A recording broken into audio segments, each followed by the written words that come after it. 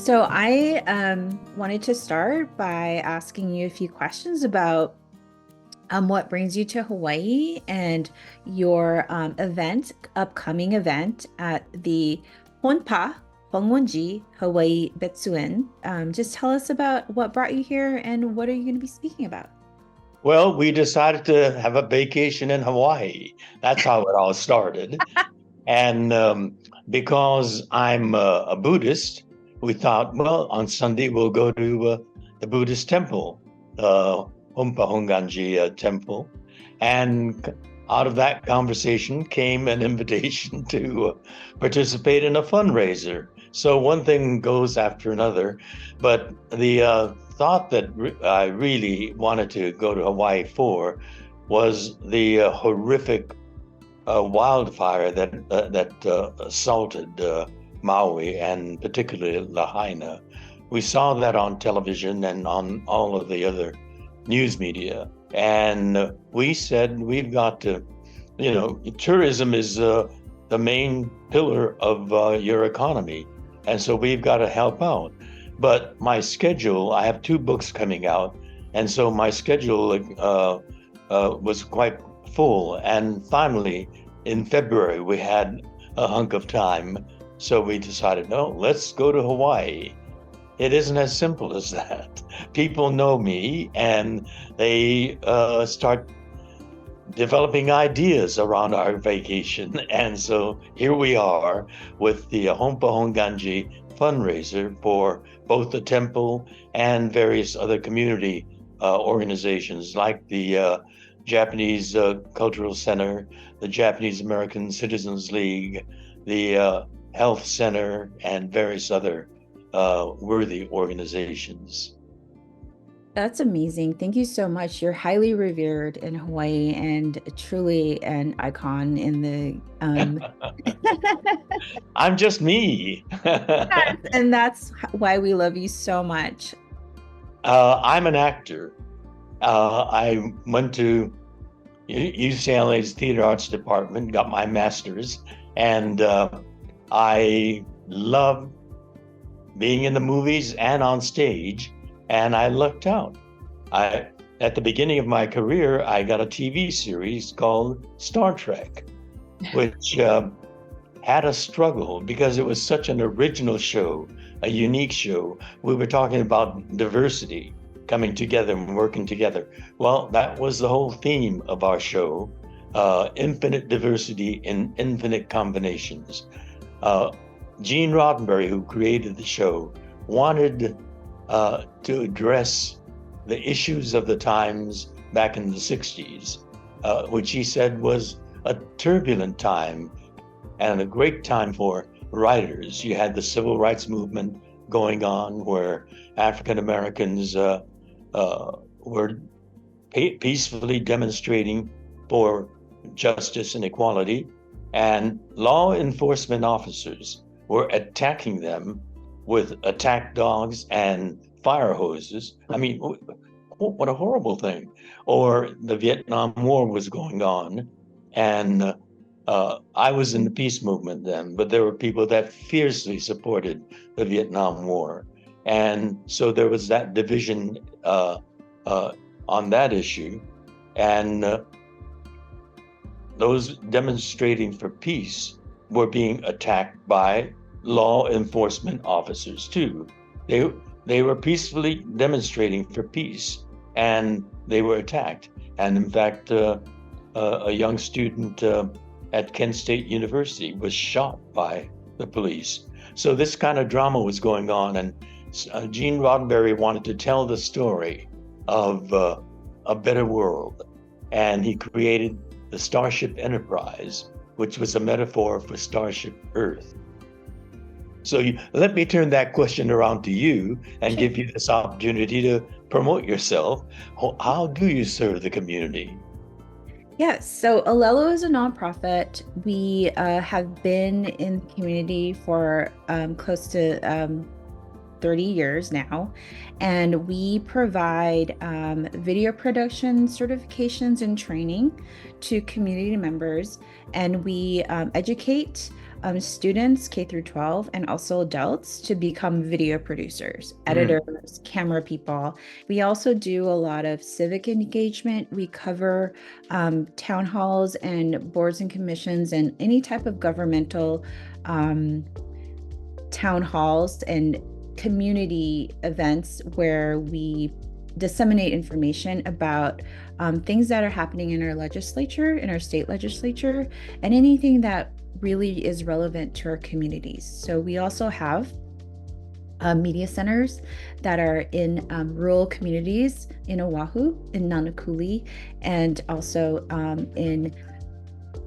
I'm sorry, there's an earthquake right now that's happening. Oh my goodness! I thought the picture was a little bouncy. No, It's an earthquake, is it? Oh, there you are. Oh my goodness! I'm on the big island of Hawaii. They're having an earthquake. You just saw an earthquake on the big island of Hawaii. Well, this was a momentous occasion. I guess so. When was the last earthquake you had? I think the last big eruption. So this is interesting. I think Madame Pele is being active right now. Uh, you live on an archipelago that is very lively. You Yes. have wildfires, you have the tidal waves, and you have earthquakes and volcanic eruptions to boot. So the news is happening there, and you ask, what can Oleo do? Well, tell your people about what's happening. You just had an earthquake. A few months ago, you had a wildfire in Maui. That's the work of community television, isn't it? To educate and inform your community. And the work of media really is that on various levels. Oleo, did I get it right? Olelo. Olelo is there on Oahu, so you inform the people about what's happening there. But on another level, you also have NBC, CBS, ABC that gives you a larger world for and there's a lot happening there, and so that's the work of the media on that level. There's print media. I subscribe to and read in depth the New York Times, and I get the global news as well as national as well as local here in New York, what's happening in New York City. So that you're doing the work of what media is supposed to do. Support events happening in your community, inform the community on those events, and keep the information going and enlighten as well as educate your local community. Oh, thank you so much. You really summed up Olelo really well, quite eloquently. With your help. Yes. We are embarking on a Get Out the Vote campaign. We are teaching students K through 12 how to put together a PSA, encouraging voters this election year, to get out the vote. And so this year is pretty critical for many of us. Absolutely. On the national level, we have a presidential election going, and we have a former president who is now accused of 91 crimes and getting tried in so many different courts. And so it's a big an important and vibrant year for the media, and certainly on the local level as well. You just had an earthquake. Yes.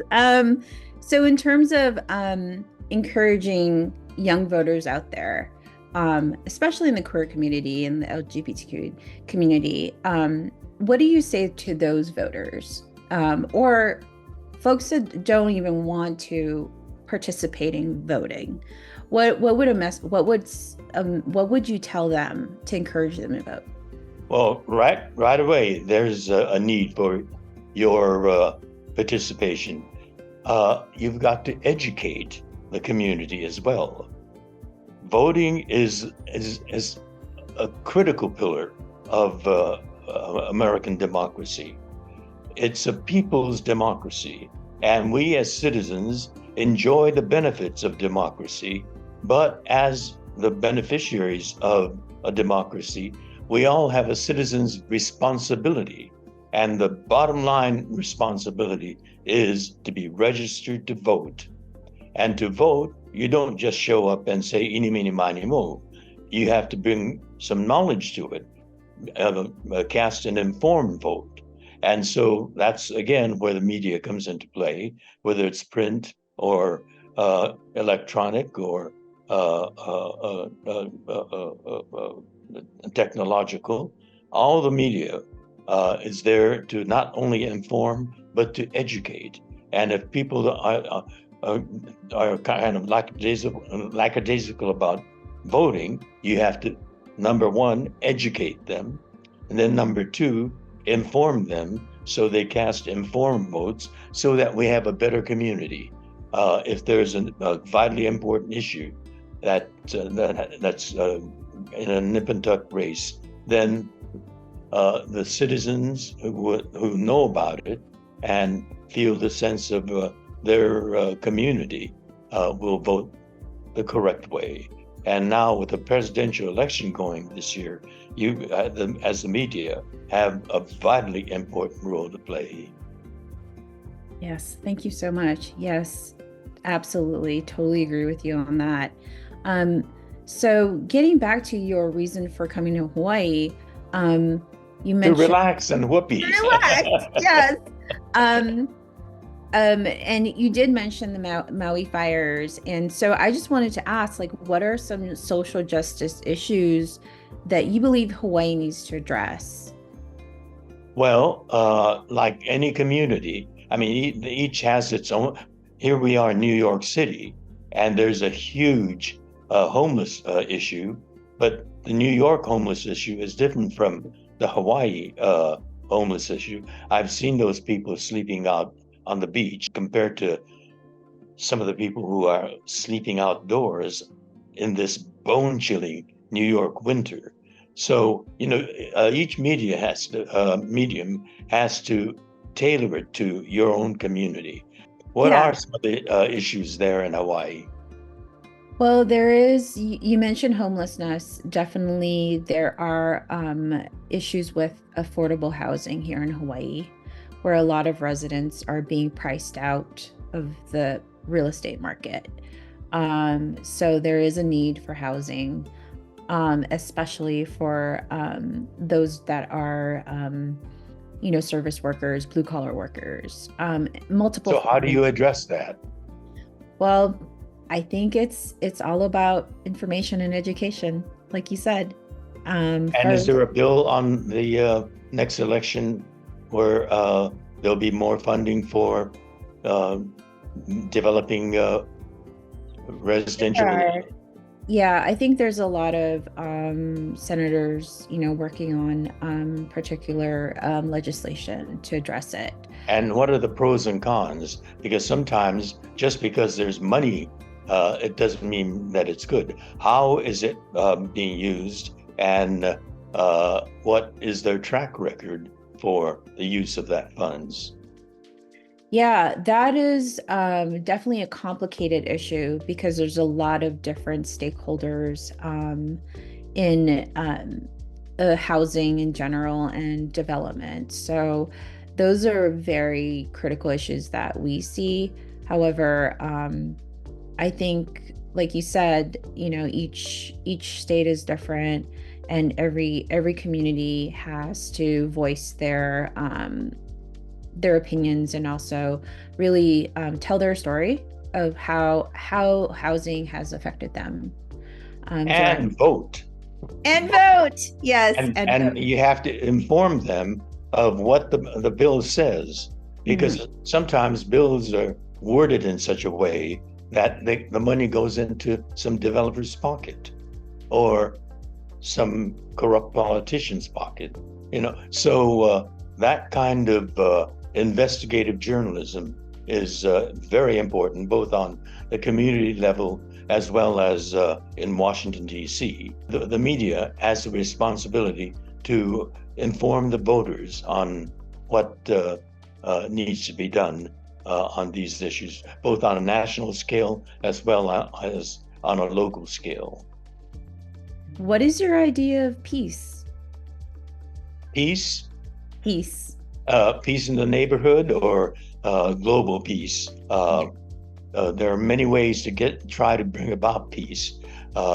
They're trying to get Israel, Netanyahu, to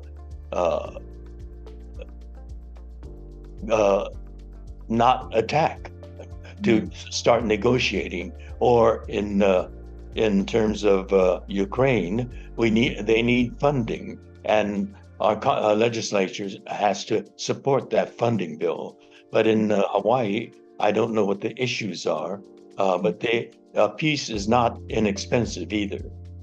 Just like housing, it requires a budget, and so each community has its own issues, and the solution comes with a price tag, and it's the media's responsibility to inform the public, and then to tell them what the solution is.